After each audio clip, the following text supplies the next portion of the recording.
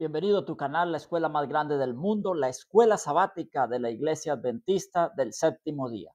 Hoy vamos a estudiar juntos esta lección titulada Persecución a la Iglesia Primitiva. Vamos a orar. Cariñoso Dios, nos colocamos en tus manos porque deseamos ser llenos del Espíritu Santo, que tú perdones nuestros pecados y nos dé la capacidad, el poder para testificar de ti, así como lo hicieron los primeros cristianos. En el nombre de Cristo Jesús. Amén. Muy bien, queridos hermanos y amigos, es un placer presentarles esta lección cuyo objetivo es reconocer el poder de Dios para librar a la iglesia primitiva de la persecución y la muerte. Hemos visto en esta semana cómo Dios ha obrado en la vida de todos aquellos que confían en Él. Y también lo hará hoy contigo, porque ese poder siempre estará con nosotros. Así que podemos estar confiados en el Señor. Ahora, podemos preguntarnos, ¿la vida de los primeros discípulos era una vida de lujos y de comodidad? Vamos a ver dos cosas. Primero, los discípulos fueron odiados por muchos de sus propios correligionarios, quienes lo consideraban una amenaza para la fe de Moisés. Uno de ellos era Saulo, que persiguió a los primeros cristianos. Y también ellos se enfrentaron a la ira del pagano imperio romano. Y muchos fueron muertos, perseguidos, perdieron sus propiedades, pero ellos, llenos del amor de Dios, seguían avanzando en la fe. Yo les quiero hacer una pregunta. Me gustaría que usted participara escribiendo allí en el chat. ¿Qué pasaría si hoy en día la iglesia también fuera perseguida como lo fue en los tiempos de la iglesia primitiva, la iglesia de los apóstoles? ¿Qué pasaría con la iglesia? ¿Qué pasaría con los creyentes? Muy bien, entonces también vamos a ver lo que el espíritu de profecía nos dice en el conflicto de los siglos, página 43. Los poderes de la tierra y del infierno se coligaron contra Cristo en la persona de sus seguidores. El paganismo previó que de triunfar el evangelio, sus templos y sus altares serían derribados. Por lo tanto, reunió sus fuerzas para destruir el cristianismo. Se encendieron los fuegos de la persecución. Vemos, queridos hermanos y amigos, que la iglesia era perseguida por todo lado, por los de dentro de la iglesia y también por los de fuera. Estos líderes que eran perseguidos, ellos dieron testimonio de la fe y del poder de Dios. Y vamos a leer esta historia, porque yo quiero que en este día meditemos en ella y nos llenemos de ánimo, de poder, de valor para dar testimonio de Cristo. En Hechos capítulo 12 dice lo siguiente: en aquel mismo tiempo, el rey Herodes echó mano a algunos de la iglesia para maltratarles o para hacerles daño, y mató a espada a Jacobo, hermano de Juan. Y viendo que esto había agradado a los judíos, procedió a prender también a Pedro. Eran entonces los días de los panes sin levadura.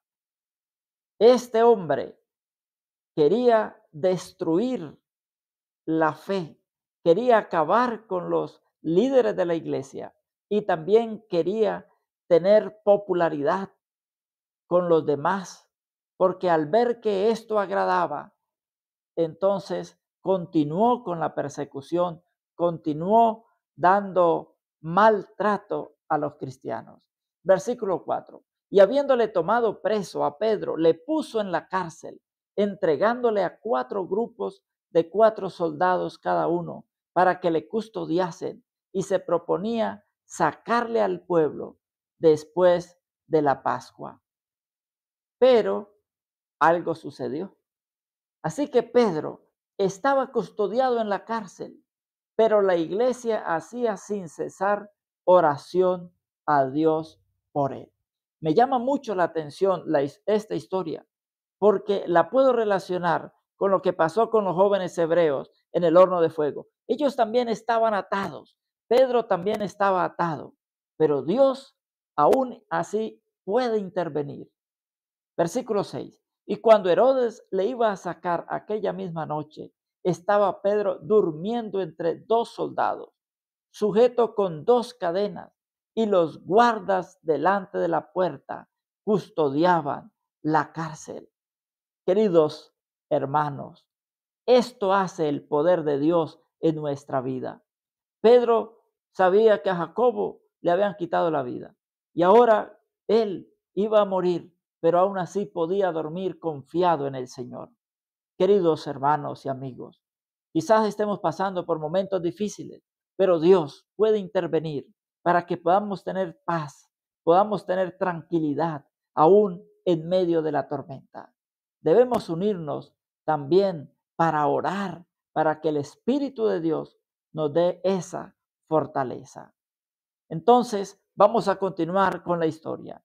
Dice que se presentó un ángel del Señor y una luz resplandeció en la cárcel y tocando a Pedro en el costado, le despertó diciendo, levántate pronto. Y las cadenas se le cayeron de las manos. Le dijo el ángel, cíñete y átate las sandalias. Y lo hizo así. Y le dijo, envuélvate en tu manto y sígueme. Y saliendo le seguía, pero no sabía que era verdad lo que hacía el ángel, sino que pensaba que veía una visión. Habiendo pasado la primera y la segunda guardia, llegaron a la puerta de hierro que daba a la ciudad, la cual se les abrió por sí misma, y salidos pasaron una calle, y luego el ángel se apartó de él.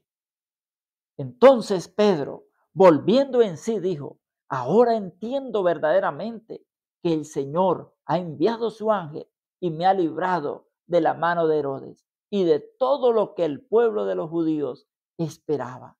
Y habiendo considerado esto, llegó a casa de María, la madre de Juan, el que tenía por sobrenombre Marcos, donde muchos estaban reunidos allí.